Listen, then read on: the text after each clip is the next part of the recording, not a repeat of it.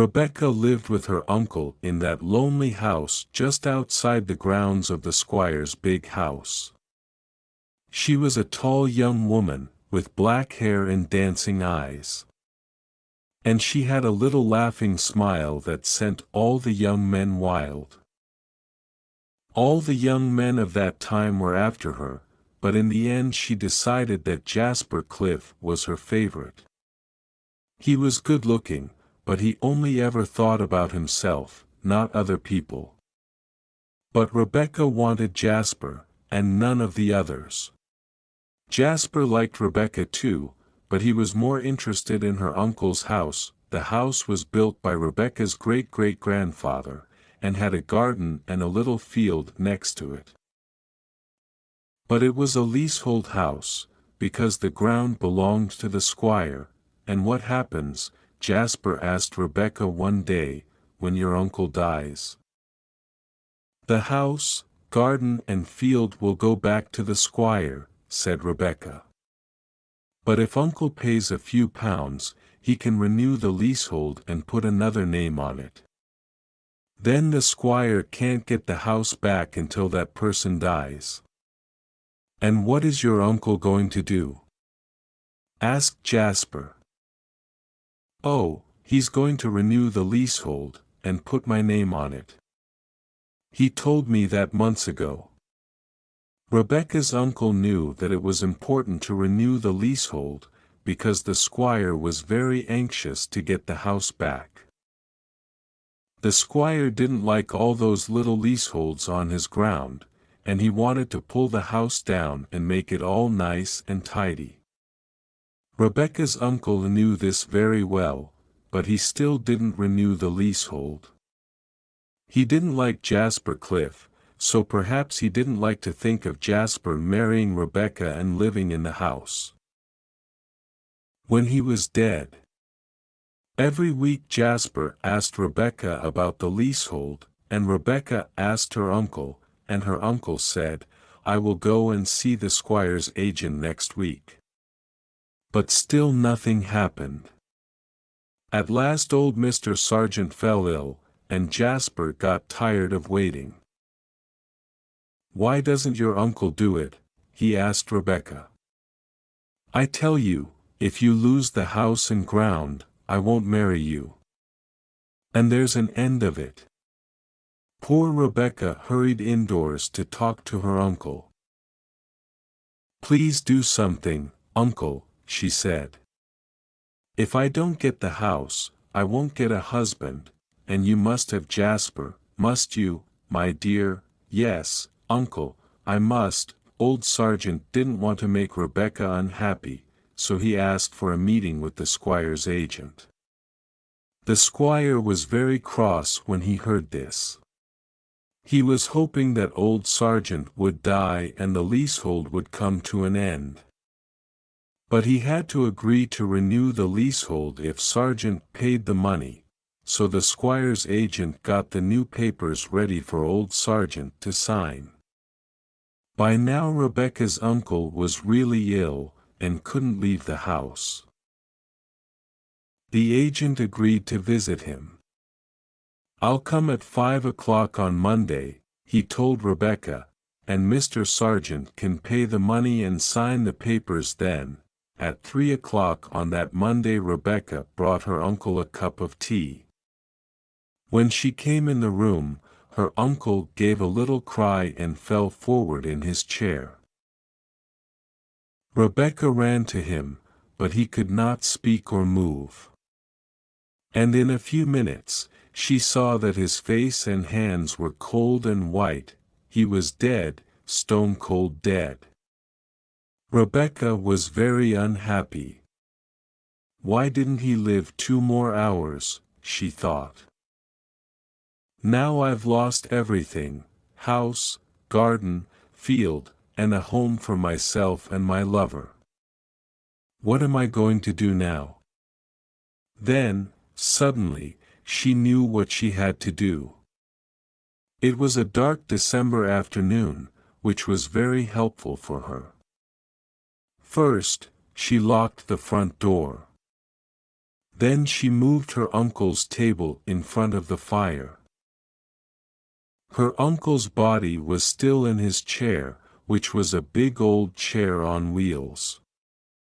So she pushed the chair, with her uncle in it, to the table, putting the chair with its back half turned to the window. On the table she put the large family Bible open in front of him, and put his finger on the page. Then she opened his eyes a little, and put his glasses on his nose. When it got dark, she lit a candle and put it on the table beside the Bible. Then she unlocked the door, and sat down to wait. When she heard the agent's knock at 5 o'clock, she hurried to the door. "I'm sorry, sir," she whispered, "Uncle's so ill tonight. I'm afraid he can't see you." The agent was not very pleased. "So I've come out all this way for nothing, have I?" "Oh, no, sir, I hope not," said Rebecca. "We can do the business about the leasehold, can't we?" "Of course not. He must pay the money, and sign the leasehold papers in front of me. I have to be a witness." Rebecca looked worried. "Uncle is so afraid of business things like this. His hands were shaking when I told him that you were coming today. Poor old man, I'm sorry for him," said the agent. "But he must sign the papers, and I must be a witness." "Yes, I understand that, sir," said Rebecca. She thought for a minute. "You have to see him. But can you still be a witness, sir, if he doesn't see you?" "How do you mean, girl?" said the agent. "Come with me a minute," she said. She took him into the garden and round to the window. Inside, the agent could see, at the other end of the room, the back and side of the old man's head, and his arm. He could see the glasses on his nose, and the book and the candle on the table. "He's reading his Bible, sir," said Rebecca, in her softest, sweetest voice. "Yes, I see that," said the agent. "But nobody ever sees him in church, do they?" "No, but he loves his Bible," said Rebecca. "I think he's sleeping a little at the moment, but that's not surprising in an old man, who's so unwell. Now, sir, can you stand here at the window and watch him sign the papers? Then he won't see you, and he won't be worried and unhappy about it all. Can you do that for him, sir?" "Very well," said the agent. He took out a cigar, lit it, and began to smoke. "Have you got the money ready?" "Yes," said Rebecca. "I'll bring it out." She hurried inside, and brought out the money. The agent counted it, then gave Rebecca the leasehold papers. "Uncle's hand is very shaky now," she said. "And he's so sleepy. I don't think he signs his name very well. He doesn't have to have beautiful writing. He just has to sign," said the agent. "Can I hold his hand, to help him?" "Yes, hold his hand, girl, that'll be all right." Rebecca went into the house, and the agent went on smoking his cigar outside the window.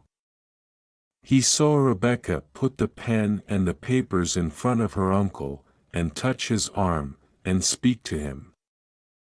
She showed him where to write his name on the papers, and put the pen in his hand.